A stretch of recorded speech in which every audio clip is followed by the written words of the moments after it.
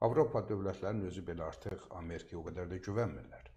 Digər tərəfdən ərəb ölkələri bilirsiniz, bir səfərdə Tramp Amerikasına 3,5 trilyon yatırım vəd edən dövlətlər idisə, ərəb dövlətləri, bugün artıq həm də Amerikaya qarşı bir cəbhə açmaq istəyən bir ərəb dövlətlərini biz görürük. Bu ondan xəbər verir ki, getdikcə Amerika mövqelərini gücləndirmir, əslində zəiflədir. Amma desək ki, Rusiya güclənirmi, o da güclənmir. Hətta məsələn üçün Çin geri getməsə də çox da irəli gedə bilmir. Bu, yeni dünya ilişkilərinin formalaşmasında mən hesab edirəm ki, dövlətlər arasında ilişkilər elə bir səviyyə gəlib ki, artıq hansısa güc mərkəzinə meyllənməyin özü həmin dövlətlər üçün faciə törədə bilər. Bugün Türkiyənin, Rusiyanın yanında olması Türkiyə üçün bir faciə olar. Bugün Türkiyənin Çinlə birgə olması Türkiyə üçün faciə ola bilər. Bugün Türkiyənin Amerika ilə də bir yerdə olması Türkiyə üçün faciə ola bilər.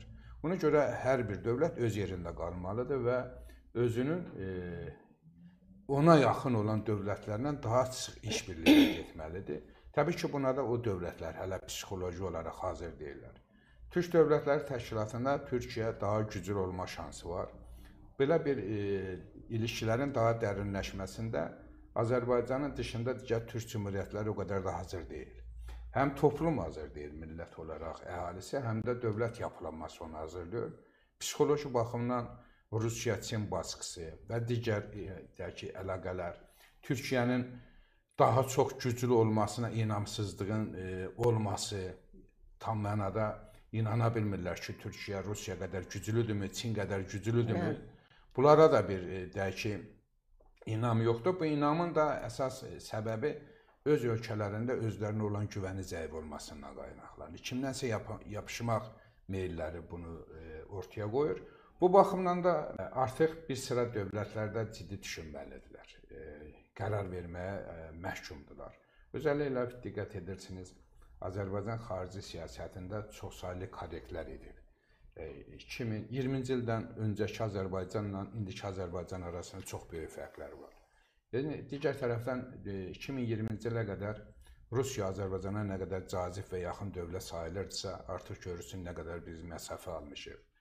Digər tərəfdən İran Azərbaycan üçün nə qədər uzaq məsafəli və düşmən dövlət idisə, bu gün Pezişkan liderliyində olan İran Azərbaycana sıcaq isti münasibətlər göstərir. Eyni zamanda dünənə qədər İran Hindistanla strateji müttəfiq idisə, bugün Pakistanla işbirliyində getməyə hazır olan bir dövlətdir və bölgə dövləti olan Türkiyə ilə daha çox yaxın olmağa çalışır. Mən hesab edirəm ki, bugün Türk birliyinə daha da güclənməsi formatında Türkiyə, Azərbaycan daha çox Pakistan və İranla olan ilişkilərini dərinləşdirməlidirlər ki, bu güc amili digər Türk dövlətləri onlara cazib edə bilsin. Pakistan, İran, Türkiyə və Azərbaycan mən hesab edirəm ki, bugün daha çox əskəri və siyasi alanda işbirliyinə getməlidirlər. Buna həm İran möhtacdır, həm Pakistan buna möhtacdır. Bugün Türkiyənin özü də belə bir gücə çox meyillidir, Azərbaycan da ona meyillidir, yoxsa ayrı-ayrı güclər arasında olan bu gərginliklərdə biz ziyan çəkəcəyik. Deyək ki, Rusiya ilə yaxınıq, ya da Amerika ilə yaxınıq. Amerika ilə Rusiya dost olanda gələk biz Rusiya ilə otomatik dost oluq, əgər Amerikanın yanındayıqsa. Yox, Rusiya ilə yaxınıqsa, onda gələk biz Amerika ilə həm onun ikisinin münasibətləri nasıl olur, ya düşmən olmalıyıq, ya da deyək ki, dost olmalıyıq. Artıq dostluğu və düşmənçiliyin qərarını biz verə bilmirik. O dövlətlər arasında olan ilişkilər səni ora sürüklüyür. Bunların olmaması üçün bizim də özümüzün maraqlarını təmin edəcək gücə söykənməliyik. Bu güc də birinci Türk birliyidir. Türk dövlətlərinin bir çoxusu ona hazır deyil, amma ona hazır olan bölgə dövlətləri var. Deyək ki, İrandır, Türkiyədə, Azərbaycandır, Pakistandır.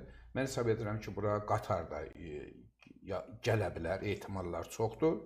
Belə bir durum təbii ki, yeni bir güc mərkəzini formalaşdırar ki, bu yeni güc mərkəzi də ilərdə bütün Türk dövlətləri və bölgə dövlətləri üçün çox ciddi cazibə olar. Hətta deyək ki, etnik zəmində deyil, bölgəsəl bir ciddi əskəri, iqtisadi, siyasi güc formalaşar. Ora hətta Ermənistan, Gürcüstan, bölgə dövlətləri, Əfqanıstan, Tacikistan, bir çox dövlətlər təbii ki, ora meyllənərlər. Biz də bu istiqamətdə, xarici siyasətdə daha çox addım atmalıyıq. Mən hesab edirəm, Türkiyə Amerikadan dönəndən sonra bir daha dünya dövlətlərinin Türkiyə olan münasibətlərini masaya qoyandan sonra yeni bir müzakirələr aparıb belə bir qənaətə gələcəklər ki, artıq bölgə dövlətlərinə, sadaladığım dövlətlərin daha dərin ilişki qursunlar, özəlliklə güvənlik məsələsində bir birlik yarada bilsinlər.